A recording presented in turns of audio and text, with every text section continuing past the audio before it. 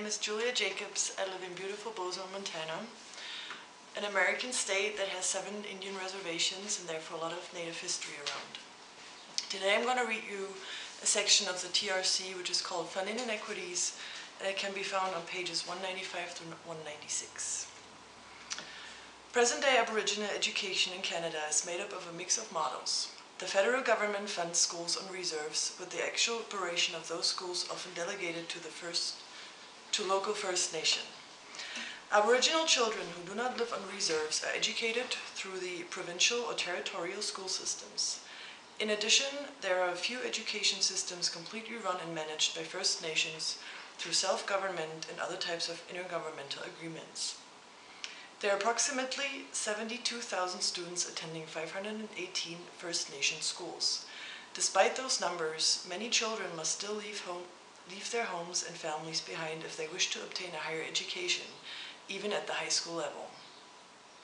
Since 1973, the Government of Canada has claimed that it is committed to devolving control of education to First Nations people. However, the interpretation of Indian control offered by the Government of Canada bears little resemblance to the vision of First Nations.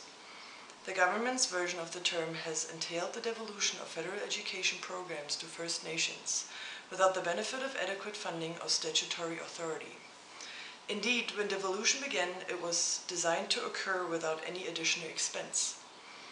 This meant that former Indian Affairs operated schools, which were already substandard compared with provincial norms, were handed over to the First Nations bands to run, but without giving the bands the means to operate them effectively. As a result, the curriculum for the majority of First Nation schools is virtually identical to that found in the provincial and territorial schools. This approach is not significantly different from the approach during the residential school era, when Indigenous communities had no say in the content and language of their children's schooling. The funding formula for First Nation schools was last updated in 1996 and does not take into account the range of basic and contemporary education components needed to deliver a good quality education in the 21st century, such as information and communication technologies, sports and recreation, language proficiency, and library services.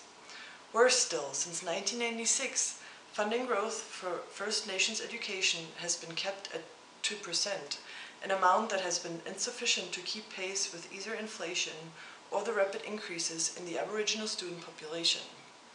Meanwhile, between 1996 and 2006, funding to provincial and territorial school systems increased annually by 8.3%, almost double the increase for reserve schools.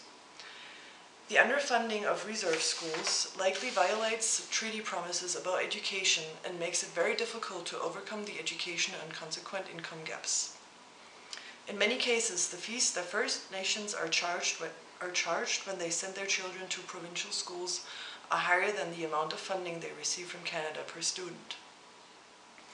This section also entails 2 calls of action. Number 8.